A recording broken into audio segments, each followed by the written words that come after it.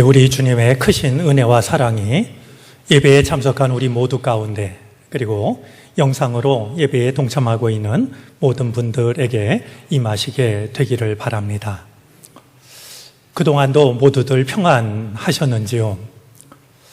예배를 드릴 때마다 혹은 로비에 서서 예배에 참석하는 교우들과 인사를 나눌 때마다 그동안 평안하셨는지 이렇게 안부를 묻곤 하는데, 오늘 안부를 묻는 마음은 조금 각별합니다. 지난주에 광주에서 생각하지 못한 사고가 있었습니다. 아마 소식들을 들으셨을 거라고 여겨지는데, 한 건물이 세워져 있는 버스로 덮치게 됐고 적지 않은 사상자가 발생을 했습니다. 우리의 삶이 얼마나 위태한 삶인지, 우리 앞에 어떤 일이 일어날지 우리는 아무도 알지 못하는 삶을 살아가고 있다는 것을 다시 한번 절감하게 되었습니다. 사고가 난 시간은 오후 4시 20분경이었습니다. 오후 4시 20분이라고 하면 하루 일과를 마치고 가정으로, 사랑하는 가족들과의 그 만남을 떠올리면서 가정으로 돌아가기 시작하는 그런 시간이었다 생각이 됩니다. 희생을 당한 분들 소식을 들으니까 한 사람 한 사람 전부 마음 아프고, 마음이 아픈 것을 넘어서 마음 아리게 이렇게 다가옵니다. 한 어머니는 맏아들 생일을 맞아서 생일상을 차리기 위해서 장을 보고 집으로 돌아가는 길이었습니다. 결국 생일상을 차리지 못했고 생일을 맞은 큰아들은 어머니가 이 땅을 떠났다라고 하는 생각지 않은 소식을 들어야 했죠. 희생을 당한 사람 가운데는 고등학교 2학년 학생도 있었는데요. 그는 버스를 타면서 아버지에게 문자를 보냈습니다. 아빠, 버스 탔어요. 집에서 만나. 사랑해. 설마 그 인사가 마지막 인사가 되리라고는 누구도 몰랐을 겁니다. 근데 그는 늦둥이로 태어난 아들로서 2대 독자였다라고 하니, 사랑하는 아들 대신 날라온 비보를 들어야 했던 부모의 마음은 어떠했을까? 정말 헤아리기가 어렵습니다. 마침 버스에는 그 같은 버스에 아버지와 딸이 탄 가정도 있었습니다. 그런데 아버지는 앞자리에 앉아서 살았고요, 딸은 뒷자리에 앉았다가 변을 당했습니다. 변을 당한 이 딸은 투병 중인 엄마 면회를 가던 길이었다라고 합니다. 아빠로서는 딸을 내 자리에 앉히고 내가 섰으면 어땠을까? 딸을 이 자리에 앉히고 내가 뒤로 갔으면 얼마나 좋았을까? 그 아픈 후회가 얼마나 오래 갈까? 그 아빠의 마음도 헤아리기가 어렵습니다. 한순간에 생과 사가 갈렸던 것은 버스 앞자리에 앉았던 이들과 뒷자리에 앉았던 사람만은 아니었습니다. 마침 건물이 붕괴되던 그 시간 그 자리를 지나갔던 또 한 대의 버스가 있었습니다. 이제 그 사고를 당한 버스는 버스 정류장이어서 멈춰 섰고요, 그 순간 또 한 대의 버스는 그 자리를 그냥 지나갔는데 불과 2초 사이로 사고 현장에서 벗어납니다. 한 회사 출퇴근용 버스였다라고 하니 정말 사람의 이 생과 사가 이렇게 한순간에 갈릴 수가 있을까? 우리 삶이 얼마나 한 치 앞도 내다볼 수 없는 삶인지를 돌아보지 않을 수가 없었습니다. 다윗은 자기를 죽이려는 사울 왕을 두고서 사울 왕의 아들이자 자기의 친한 친구인 요나단에게 그렇게 말하죠.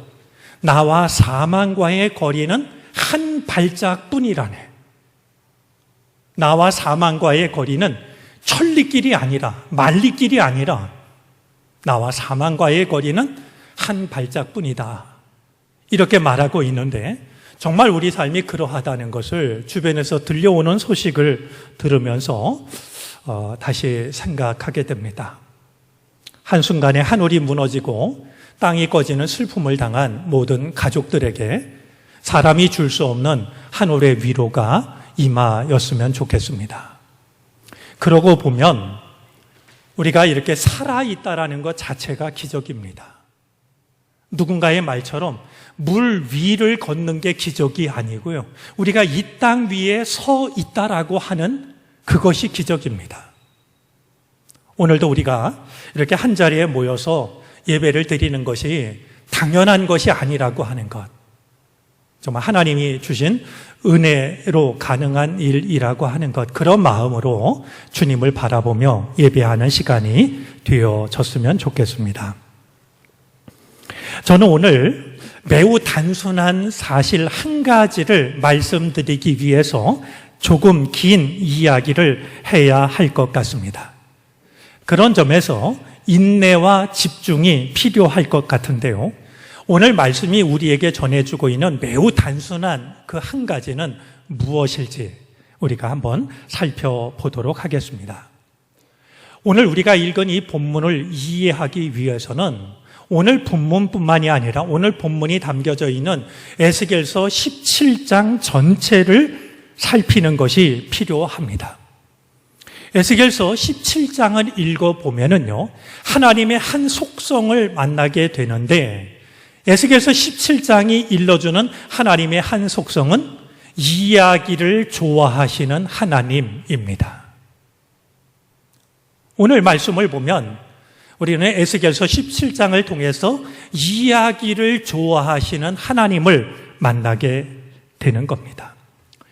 예수님께서는 마태복음 13장 34절에서 예수님에 대해서 이렇게 말하고 있는데요. 예수께서 이 모든 것을 비유로 무리에게 말씀하셨다. 비유가 아니고서는 아무것도 그들에게 말씀하지 않으셨다. 하나님 나라에 대한 심오한 말씀을요, 어렵게 철학적으로 신학적으로 이렇게 말씀하신 게 아니라 예수님은 비유로 이야기로 말씀하셨다는 거예요. 알아듣기 쉽도록, 기억하기 쉽도록, 다른 사람에게 전해주기 쉽도록 이야기를 통해서 하나님 나라 이야기를 들려주셨는데, 마태복음에 의하면 예수님은 그런 비유가 아니면 말씀하지 않았다라고까지 밝히고 있습니다. 그런데 오늘 17장 2절 말씀에 보면은요, 하나님께서 에스겔 선지자에게 말씀하시면서 인자야 너는 이스라엘 족속에게 수수께끼와 비유를 말하라. 수수께끼와 비유를 말하라고 하나님이 말씀하고 있는 걸 보게 됩니다. 여러분, 이상하게 말이죠. 부모와 자식은 닮지 않습니까? 어느 날 딸의 모습을 보면 내 모습이 보일 때가 있고요. 아들의 모습 속에 아버지 모습이 있을 때가 있습니다. 외모만 그런 게 아니고요. 그가 가지고 있는 성격도 그렇고요. 또 음식 맛을 좋아하는 것도 그렇고요. 이상하게 닮아요. 예수님께서 이야기를 좋아하셨던 이유가 무엇일까 생각해 보니까 예수님의 아버지이셨던 하나님 아버지께서 이야기를 좋아하셨어요. 이스라엘 백성들에게 내 말을 전하라고 하면서 수수께끼와 비유를 말하라고 말씀하고 있는 것을 보게 됩니다. 이 이야기는, 비유는 공식이나 정답이 아닙니다. 오히려 듣는 자에게 많은 것을 상상하게 하고 질문하게 하고 발견하게 합니다. 정답을 그냥 일러주는 것이 아니라 듣는 자가 스스로 그것을 발견할 수 있도록 도와주는 겁니다. 또 한 가지, 이야기를 좋아하셨던 하나님과 이야기를 좋아하셨던 예수님 두 분이 닮은 점을 오늘 본문을 통해서 보게 되는데요. 수수께끼와 같은 이야기를 들려주시고서 끝 하시는 게 아니라 그 말을 못 알아들었을까 봐 설명을 해주고 있는 모습을 봅니다. 우리 12절 말씀을 보면요, 17장 12절입니다. 너는 반역하는 족속에게 묻기를 너희가 이 비유를 깨닫지 못하겠느냐 하고, 이제 너희가 과연 내가 들려주는 이야기를 깨달을 수 있겠느냐라고 묻고, 그리고 앞서 이야기하신 수수께끼와 같은 그 이야기의 뜻이 무엇인지를 풀어주고 계십니다. 예수님도 그러셨습니다. 비유를 말씀하시고 모든 걸 끝낸 게 아니라 제자들이 조용한 시간에 예수님, 아까 얘기하셨던 그 비유의 뜻이 무엇이에요? 물으면 예수님은 비유의 뜻을 제자들에게 풀이를 해 주셨습니다. 아마 예수님으로서는 아쉬웠을 것 같아요. 비유를 들려주면 다른 사람들은 몰라도 제자들은 그 속뜻을 대번 알아들어야 될 텐데, 제자들이 그걸 알아듣지 못하고 아까 말씀하신 뜻이 뭐예요? 물으니까 조금 답답하지 않으셨을까 하는 생각이 듭니다. 어쩌면 예수님께서 비유 이야기를 들려주신 뒤에 귀 있는 자는 들으라, 이렇게 말씀하셨던 것은 그런 답답함이 담긴 표현이 아니었을까, 제발 좀 알아들어라 하시는 뜻이 아니었을까, 그렇게 주님의 마음을 헤아리게 됩니다. 자, 또 한 가지, 이야기를 좋아한다는 점에서 하나님 아버지와 예수님이 닮으셨다라는 것을 본문을 통해서 확인하게 되는 것이 있는데요. 오늘 우리가 읽은 본문 중에 23절 하반절 말씀을 보면은요, 각종 새가 그 아래에 깃들이며 그 가지 그늘에 살리라 라는 말씀이 있는데요. 여러분, 이 말씀을 대하면 생각나는 거 없으십니까? 오늘 성서 일과 본문 중에 하나인 겨자씨 비유입니다. 하나님 나라 이야기를 하시면서 예수님이 하나님 나라를 겨자씨에 비유했는데요.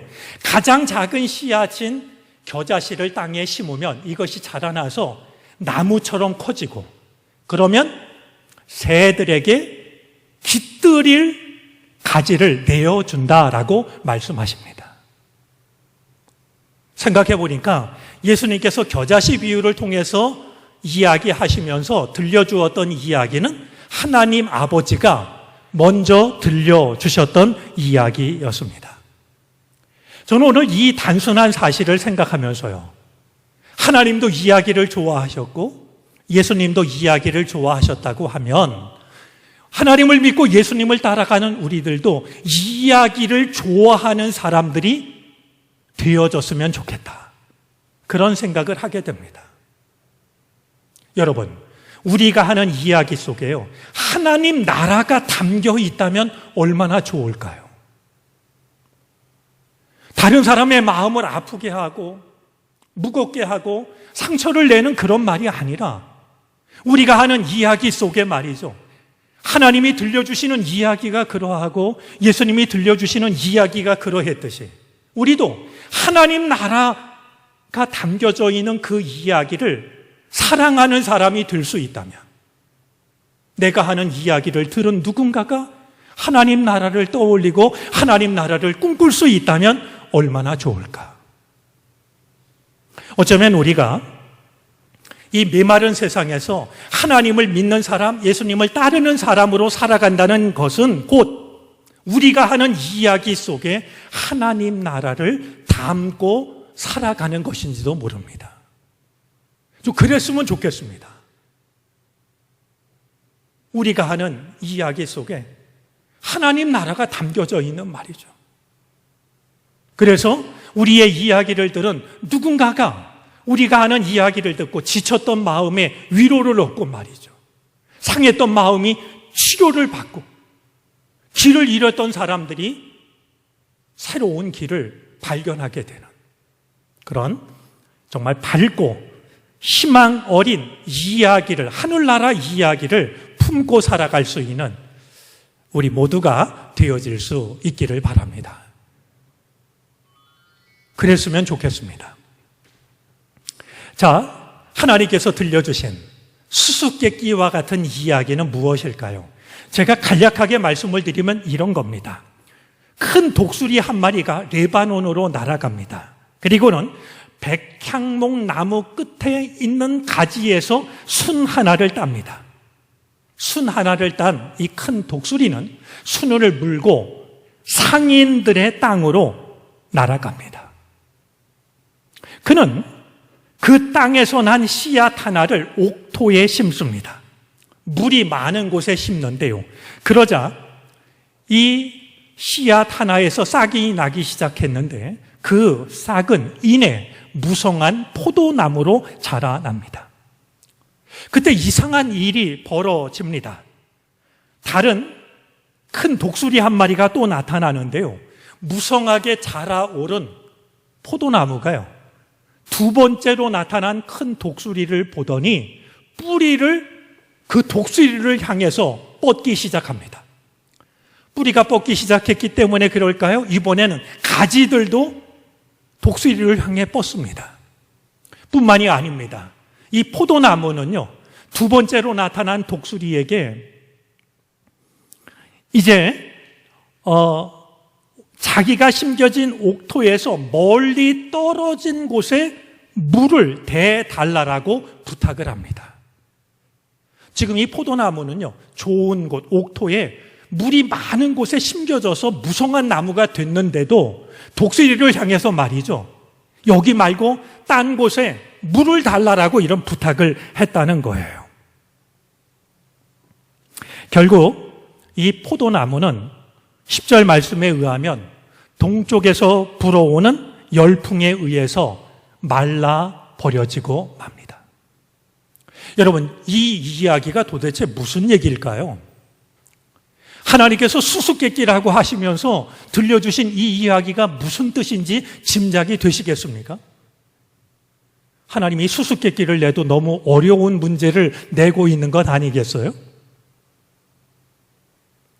하나님께서는 이런 수수께끼 같은 이야기만 들려주신 게 아니라 이 이야기를 듣는 백성들이 이 말의 뜻을 알아듣지 못하실 것을 아시고서 오늘 본문 11절부터 이야기를 들려주신 수수께끼 같은 그 얘기가 무슨 뜻인지를 설명을 해 주십니다. 자, 설명을 보니까요,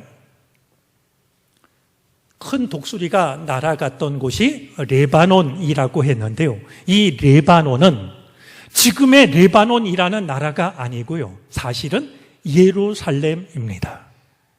왜냐하면 다윗 성을 질 때요, 레바논에 있는 백향목을 잘라다가 성을 지었습니다. 그런 점에서 수수께끼에서는 레바논이라고 했지만 사실은 예루살렘을 말하고 있습니다. 자, 그러면 예루살렘으로 날아간 큰 독수리는 누구일까요? 바로 예루살렘을 공격해서 예루살렘을 무너뜨린 바벨론의 느부갓네살 왕이 됩니다. 자, 그런데 이 독수리는 그냥 바벨론으로 날아가기만 한 것이 아니라 큰 가지에서 순 하나를 따가지고 장사하는 땅으로 물고 가지 않습니까? 장사하는 땅은 바벨론입니다. 그러면 이 큰 독수리가 물고 간 이 순 하나는 누구일까요? 유다의 왕이었던 여호야긴 왕입니다. 그는 예루살렘을 정복한 뒤에 유다의 왕이었던 여호야긴 왕을 바벨론으로 끌고 갔습니다. 자, 그러면 그 땅에 여호야긴이 끌려가고 남은 그 이스라엘 땅에 심은 씨앗 하나는 무엇을 말할까요? 바벨론이 여호야긴 왕을 끌고 가면서 또 다른 지도자로 세웠던 시드기야 왕을 의미합니다. 유다의 마지막 임금이었던 시드기야입니다. 이 시드기야에게는요, 나라를 살려낼 수 있는 기회가 있었어요. 오늘 6절 말씀을 보면 그에게 주어진 한 가지 조건이 있었는데 이 가지들이 처음 나타났던 독수리에게로 뻗어야 하는 것이었습니다. 그런데 우리가 알고 있거니와 시드기야는 그렇게 하지 않았습니다. 처음 나타난 독수리에게 가지를 뻗었던 게 아니라 두 번째 나타난 독수리에게 뿌리를 뻗고 가지를 뻗고 여기가 아니라 다른 곳에 물을 보내달라고 부탁을 하기까지 합니다. 자, 그러면 궁금해집니다. 포도나무가 뿌리와 가지를 뻗었던 두 번째 나타난 독수리는 무엇일까? 궁금해지는데요. 우리 말씀을 읽어보면 15절에서 밝히고 있는 것처럼 두 번째 나타난 독수리는 이집트입니다. 당시 이스라엘은요, 두 강대국 사이에 놓여져 있었어요. 첫 번째 나타난 독수리, 바벨론이었고요. 두 번째 나타난 독수리, 이집트 사이에 있었습니다. 그런데 바벨론에 의해서 나라를 빼앗겼어요. 시드기야 왕은요, 바벨론에 대항해서 싸울 수 있는 유일한 나라인 이집트에 사절단을 보내서 우리를 도와달라고 요청을 합니다. 뿌리와 가지가 두 번째 독수리에게로 향했던 것이었어요. 여러분 생각해 보면 시드기야가 이집트의 도움을 청했던 것은 당연한 일처럼 여겨지지 않습니까? 바벨론에게는 나라를 빼앗겼고 바벨론과 맞서 싸울 수 있는 유일한 나라는 이집트고, 그러니 이집트에 사람을 보내서 우리를 좀 도와달라고 요청한 것은 당연한 일처럼 여겨져요. 그런데요, 시드기야가 한 가지 빠뜨리고 있는 게 있었어요. 지금 자기가 하고 있는 일이 누가 보아도 인정할 수 있는 일이었지만 사실은요, 시드기야가 하는 일은 하나님의 뜻과는 전혀 상관이 없는, 아니 하나님의 뜻과는 정반대가 되는 일을 하고 있었다는 거예요. 그동안 이스라엘 백성들이 하나님 앞에서 저지른 죄와 교만과 완악함은 더 이상 그냥 내버려 둘 수 없는 지경에 이르르고 맙니다. 아무리 하나님이 사랑의 하나님이고 자비의 하나님이시지만 하나님조차도 그냥 내버려 둘 수 없는 상황까지 이르고 말았어요.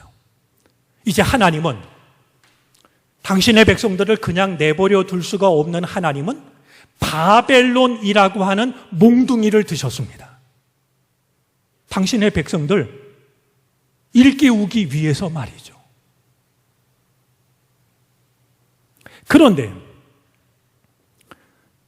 지금 히스기야는요, 하나님이 하시려고 하는 하나님의 뜻과는 상관없이 이집트의 도움을 청해서 바벨론과 싸우려고 말이죠. 그 일을 하고 있었던 것이었어요. 여러분, 몽둥이, 바벨론이라는 몽둥이를 들어 이스라엘을 치려고 하셨던 하나님의 계획은 어느 날 갑자기 찾아온 것이 아닙니다. 예레미야, 이사야, 에스겔, 많은 선지자들이 여러 차례 이야기를 했어요. 그런데도 이스라엘 백성들은 듣지를 않았습니다. 여러분, 우리말에도 설마가 무엇을 잡는다고 했어요? 설마가 사람을 잡죠. 근데 오늘 말씀을 보면요, 설마는 사람만 잡는 게 아니라 나라도 잡습니다. 설마 하나님이 우리를 버리시겠어? 설마 하나님을 믿는 우리를 하나님을 믿지 않은 이방 나라에 넘겨주실 리가 있겠어? 설마 하다가요, 그들이 설마 했던 그 일이 정말로 일어났던 것이었어요. 그런데 뒤늦게 시드기야가요, 하나님의 뜻을 돌리려고 하고 막으려고 하고 바꾸려고 하고 있는 거예요. 하나님은 이미 바벨론에게 넘겨주시기로 다 결정을 했고 알려줬고, 그런데도 듣고 있지 않다가 정말로 그 일을 시작하시자 시드기야가 나서서 말이죠, 하나님이 하시려고 하는 것을 막고 바꾸려고 말이죠. 이런 시드기야를 향하여서 17장 15절 말씀에 보면 하나님께서 하시는 말씀이 있는데요, 15절 말씀 중에 눈에 띄는 대목이 있습니다. 시드기야를 두고 하나님은 뭐라고 말씀하시냐 하면 언약을 배반한 자라고 말씀합니다. 왜 시드기야를 두고 언약을 배반했다라고 말씀하셨을까요? 분명한 이유가 있습니다. 역대하 36장 13절 말씀을 보면은요, 이 느부갓네살 왕이 시드기야와 봉신 관계를 맺는 장면이 나오는데요, 그 말씀은 이러합니다. 또한 느부갓네살 왕이 시드기야를 그의 하나님을 가리켜 맹세하게 하였으나 그가 왕을 배반하고 목을 곧게 하며 마음을 완악하게 하여 이스라엘 하나님 여호와께로 돌아오지 아니하였고, 느부갓네살 왕이요, 시드기야하고 주인과 종의 관계를 맺을 때 왕의 이름으로 맺은 게 아니고요, 나라와 나라의 이름으로 맺은 게 아니고요, 하나님의 이름으로 맹세하게 했어요. 그리고 그렇게 되어졌다는 것은 지금 되어진 일이 하나님의 뜻이라는 것을 생각하게 해요. 그런데 시드기야는 하나님께로 돌아오지 아니했다라고 성경은 말하고 있어요.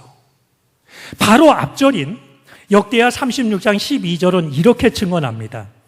그의 하나님 여호와 보시기에 악을 행하고 선지자 예레미야가 여호와의 말씀으로 일러도 그 앞에서 겸손하지 않았다.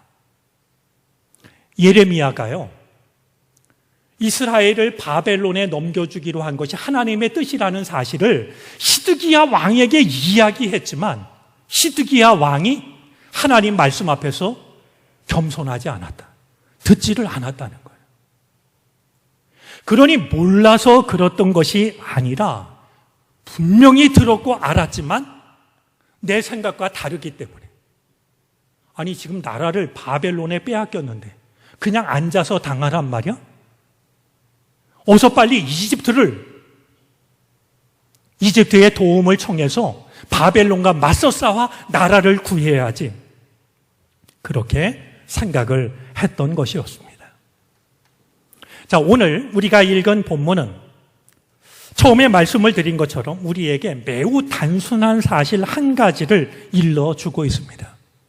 그것은 희망은 어디에서 오는가 하는 것에 대한 대답입니다.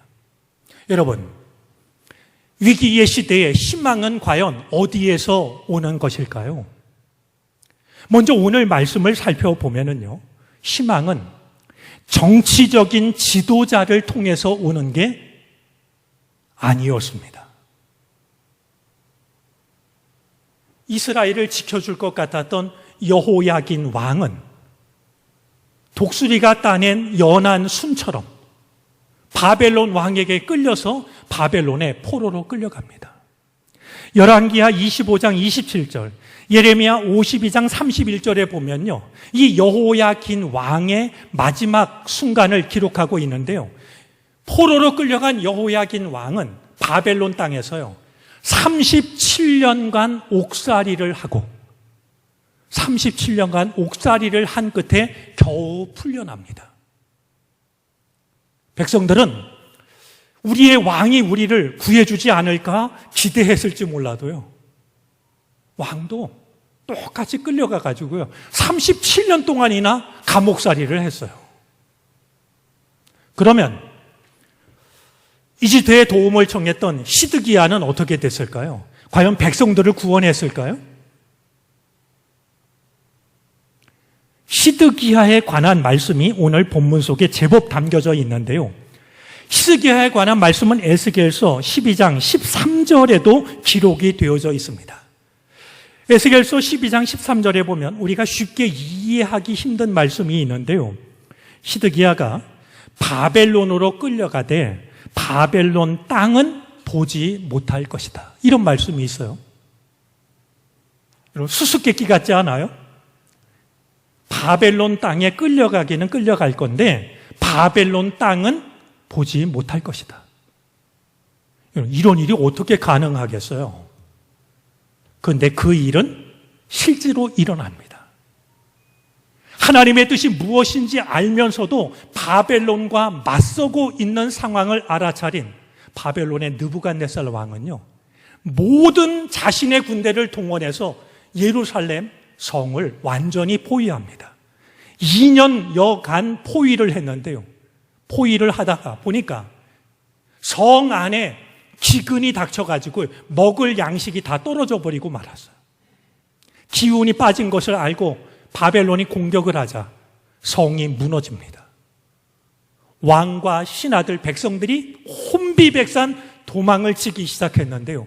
시드기야 왕은 결국 여리고 평지에서 사로잡히게 됩니다. 시드기야 왕이 사로잡혀가지고요. 느부갓네살 왕 앞으로 끌려와요. 느부갓네살 왕이 시드기야에게 했던 일이 있습니다. 시드기야가 보는 앞에서 시드기야의 아들들을 죽입니다. 아버지가 보는 앞에서 아들들을 죽이는 거예요. 그리고 나서 시드기야의 두 눈을 뽑습니다. 결국 시드기야가 마지막으로 본 것은 자기 아들들이 죽어가는 모습이었어요. 시드기야의 두 눈을 뽑은 뒤에 노사슬로 시드기야를 묶어가지고요, 바벨론으로 끌고 가고 그는 죽을 때까지 감옥에 갇혀 있게 됩니다.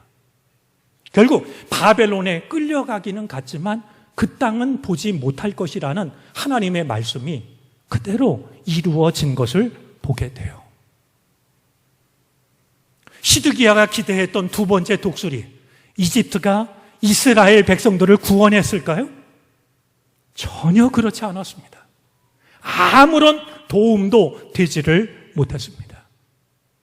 자, 그렇다면 오늘 매우 단순한 사실 한 가지, 희망은 어디에서 올까? 오늘 본문 22절이 그것을 말하고 있는데요. 22절에 기록된 연한 가지라는 이 말은요, 메시아를 상징하는 말입니다. 하나님께서 연한 가지 하나를 이스라엘의 높은 산 위에 심으십니다.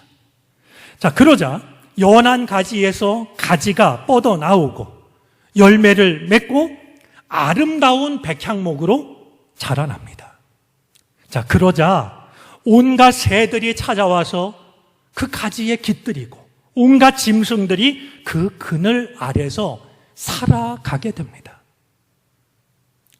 그 모습을 본 들의 모든 나무들, 여러분, 들의 모든 나무들이라는 말은 충분히 짐작하셨을 거라 여겨집니다만 세상의 모든 나라들, 세상 모든 사람들이요, 그 모습을 바라보면서 하나님이 높은 나무는 낮추시고 낮은 나무는 높이시고 푸른 나무는 시들게 하고 마른 나무는 무성하게 하시는 분이라는 사실을 비로소 깨닫게 됩니다.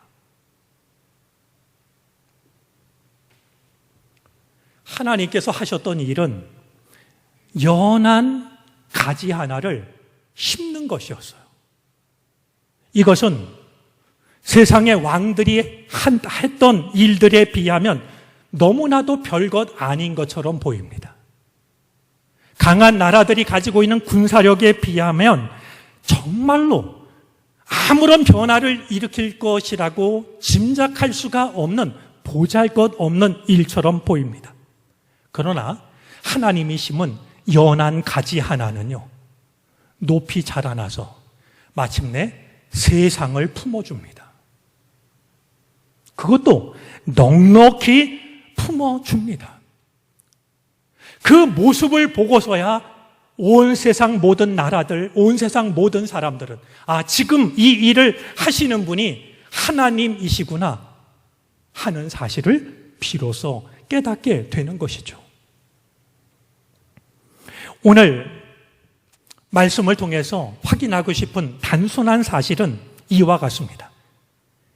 참된 희망은 세상에 힘 있는 자로부터 찾아오지 않습니다. 참된 희망은 세상의 강대국들을 통해서 찾아오는 것도 아닙니다. 참된 희망은 오직 하나님을 통해서 하나님으로부터 우리에게 찾아옵니다. 이 사실을 깊이 깨달았던 시편의 한 시인은 시편 121편 말씀을 통해서 이렇게 노래하고 있습니다. 내가 산을 향하여 눈을 들리라. 나의 도움이 어디에서 올까? 나의 도움은 천지를 지으신 여호와에게서로다.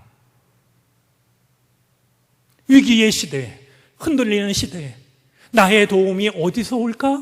눈을 들어 산을 보는데 그가 마침내 깨달은 것은 나의 도움은 천지를 지으신 여호와에게서 옵니다. 다시 한번 우리의 믿음 위에 두 문장을 써 보았으면 좋겠습니다. 여러분 마음의 글씨를 쓰듯이 저를 한번 따라서 해보시겠습니까? 말로만 따라하지 마시고 마음의 글씨를 쓰듯이요. 저를 따라서 해보시겠습니다. 나의 도움은 하늘과 땅을 만드신 주님에게서 옵니다. 또 하나의 문장을 한번 써보겠습니다. 우리의 희망은 오직 하나님께로부터 옵니다. 우리가 마음에 적은 이 문장이 세상을 살아가면서 흘러가는 세월 속에 흐려지지 않기를 바랍니다. 나의 도움은 하늘과 땅을 지으신 주님으로부터 옵니다. 우리의 희망은 오직 하나님께로부터 옵니다. 이 귀한 믿음으로 살아가는 우리 모두를 주님께서 이 세상 마치는 그날까지 우리와 함께 하시기를 주님의 이름으로 축복합니다. 기도하겠습니다.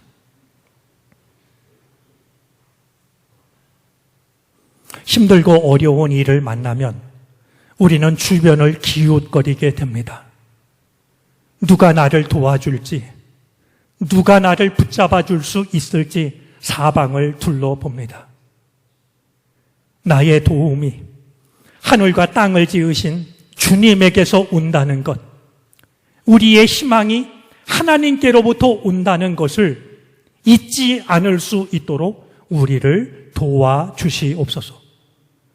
폭풍이 이는 밤바다, 주님을 바라보며 바다 위를 걸었던 베드로처럼 이 위기의 시대, 주님만을 바라보며 위험한 이 시간을 지나가게 하옵소서. 예수 그리스도의 이름으로 기도를 드립니다. 아멘.